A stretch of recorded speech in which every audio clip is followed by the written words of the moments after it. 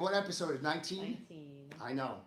So, guys, welcome to episode 19. I have a special guest, Orlando Moschia. Did I say it right? Yes, sir. Thank you for Head having me. instructor of Hibiscus BJJ in North Helena, New Jersey. Yes, sir. Oh, Yes, yeah, sir. yeah. By the way, this is the first, we've met many times. The first time we're on the mats together, no? Yes, yes. Thank you All for right. having me. Yeah, my pleasure. So, guys, we're here to have fun. I posted yesterday that the topic that I'm looking to do is talk about rolling back take and the mistakes that people make. And unless you guys have questions, you know the way this works, right? The live questions take priority. By the way, there's a fly floating around here, so if I divert somewhere, you know what happened. How we? We have a lot of good mornings from MJ, Freedom On, and we are ready to see some rolling back takes. All Excited. right. What's up, guys? So, guys, let's talk about the concepts that are important that I'm going to cover. Again, you know, we're going to be the first 10, 12 minutes, we're going to be on YouTube. And I would have been on YouTube longer, but unfortunately, the way the algorithms and frankly, people's attention is we can't go much longer because then it just gets, no matter how good the topic is, it gets buried. So those of you that are interested in deeper study, we're going to continue this on the app, okay? So we're going to talk about timing. Okay, timing is very important because a lot of times when somebody turtles up, you have a split second to take that shot. If you kind of like try to break the guy down to get all your hooks in and all your grips in, by the time you kind of getting close to that, the guy decides to move and everything's gone. Second, guys, this is where the people make the mistake most often is the grips, hand placement. Okay.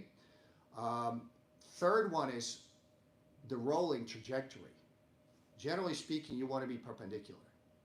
Okay. Fourth one is the landing. Guys, this is a big topic. Again, this is where people make a lot of mistakes. We've been taught from day one, get your hooks in, get your hooks in. That's how you get control. Well, no, that's how you get points. Frankly, there's a better way to keep control. I call it cradle. You can call it whatever you want. Let's not have an argument that at your school you call it wishbone. I don't really care what you call it. Let's not argue over terminology because this is one of my, and it's always going to be a seasoned white belt or brand new blue belt who trains maybe once or twice a week, but he's the historian extraordinaire of Brazilian Jiu-Jitsu terminology. And the fifth one is, guys, then the chokes where it comes in. By the way, the first 4 points, it's going to be exactly the same, gi or no gi. The fifth point with gi, you have more options. So obviously with no gi, generally speaking, it's going to be a rear naked choke. I have a modified rear naked choke that I've been using a lot lately. If we have time, I'll show it to you. It's very effective when you cannot get the second hand in play, second arm in play, and but with the gi, you have a lot of color options. So let's go over those points. And I'm going to try to address them quickly, and then we come back and start to address them in a little bit more detail. We have a question, Yes, Ellie. we had a question from Freedom On. Should you go for the rolling back take on bigger guys? Ooh. Let's stand up for a second. So, Not that big. yes. And it's the answer is gonna come from the grip. Oh, and ultra heavyweight over 225. You were ultra heavyweight? Yes, sir. Really? Yeah. Lightweight and ultra heavyweight. So we'll see what I can do. So, by the way, this is battle tested, okay? So, guys, let's talk about first timing, and then we're gonna come to grips. Your answer is gonna be in the grip, okay? So let's assume let's just stand up, or no, you know what? Let's just I'll pass you guard and you turtle on. So sometimes a lot of you pass somebody's guard knee cut and he turtles up. So I would take that shot immediately. Okay, this is where you take the shot. A lot of times because right now Orlando's defending the hooks, right? You're not going to get the hooks in easily. But right now, I have a chance to get the grips. So now is the time to take the shot. Not guys try to do at least get one grip, and now this is where the guy starts to defend. And anytime you start to try to do something, that's when he's going to start to defend and roll. And now he creates a scramble that you might wind up on the bottom of. So take the shot as soon as he's in turtle. I did this I still remember at a seminar. I was going with a local brown belt, and the guy was significantly heavier than me, and he was fast. And the first 30 seconds was like very quick exchanges. And as I was passing his guard and getting to things, he was defending well. Once he turtled up, I took the shot. The rolling back take done. All right. So now is the time to take the shot. So let's go to the grips. So Orlando, can you sit up so they can see? Yeah. So guys, grips and hand placement, hand positioning. This is where people make a very big mistake. And I used to do this. I used to train, Renzo Gracie had a huge influence on me when I was a purple belt. Thank you, Rodrigo. At the time, I used to take my grips and put them deep. My hands as deep, under the armpit. And then when I did the rolling back take, this is what it looked like. Can you bend down for me for a second? And don't give me nothing, just basically act like you would normally act. I don't want this guy on top of me. Why did this happen? Because when you go deep, you create a huge space. And his head will slip out. And now he just shifts forward a foot, and he's top side control. Congratulations, you just gave him side control without having to put in the work. Ultra heavyweight, that's where you want to be. So the grip needs to be, and I'm going to show you, okay?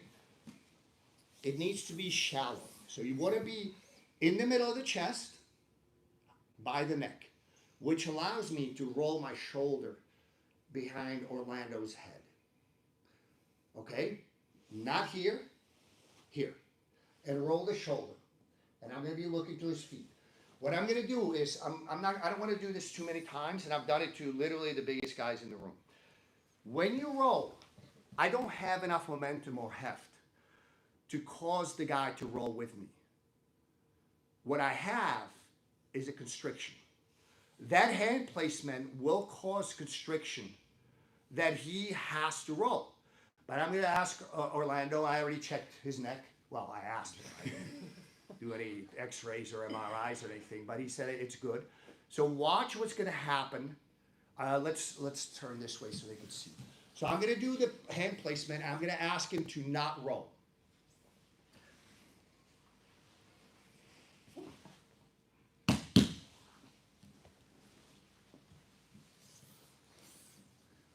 He must roll.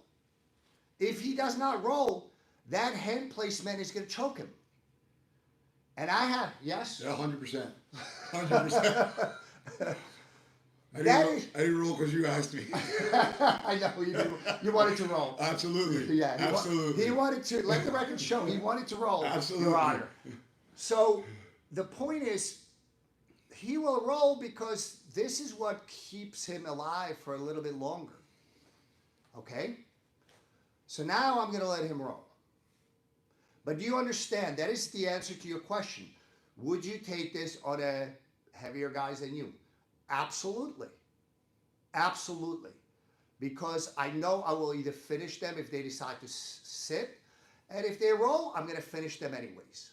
He had a follow-up question. Yes. Is it pain compliance or the choke? No, it's a constriction. Well, It's actually a little bit of both, because usually when the bigger guys hug your hip, I mean, when me being a bigger guy, when somebody hugs my hip, I can kind of control that because of my weight. When Fox had it over the neck, the tension just on him rolling, it doesn't matter who you are. Once you feel the threat, if it squeezes around the neck, I want to hug and I want to go with it because I'm trying to escape. So realistically, I'm leaving. yeah. I'm not even thinking about it. I'm leaving. But it's a constriction. I did it. I have another, wrestler in Saddlebrook, and the guy's 230 plus. We did a NoGi, and again, his face was purple. So it's not so much. Yes, listen, things hurt. But it is a constriction. If he stays there, he will pass out. 100%. So ultimately, you're relying on the constriction. So now what we're going to do is we're going to go to the landing and chokes because we don't have a lot of time. So I'm going to take a deeper look into it on, let me. So this time Orlando goes in. I roll, he goes, and this is what I do. Can you rotate for me, please? This one. So this is where it comes down to. This is what I call cradle. This is what a lot of people try to do. Put their hooks in. Okay? This is you trading control for points. Okay? What I'm going to do, I'm going to do it two more times before we go. Because I want to cover sort of the gi constriction because there's a lot of mistakes that people make. We're going to do that on the app again. But I want to do two ways. Let's go mid-level, mid intensity. Okay. I roll and I try to get the hooks in first. You try to escape. Okay. And then we're going to do it my way with the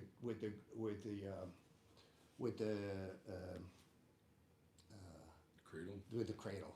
All right. So first is the traditional way.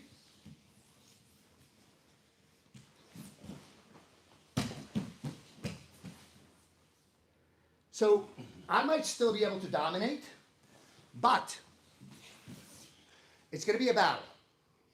He stripped one hook very easily. And when you try to get the hooks in, especially when a heavier guy lays on one of your legs, you lose mobility. You cannot easily get up on top. I do that to everybody. Like if But it's a thinking man's game there. Yeah. Because now that hand that went down to fight the hook, you tightened up right away. yeah, but so I was threatening you in two fronts, but at least positionally, you were okay. At least you were not threatened with an immediate submission. Let's see how the cradle plays out.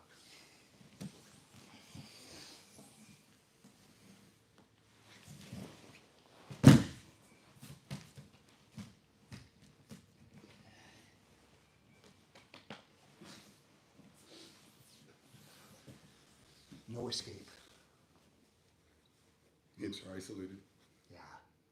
So guys, start playing with the cradle, fix your grips, and I'll see you next week. Yes? Before we go, we had two comments.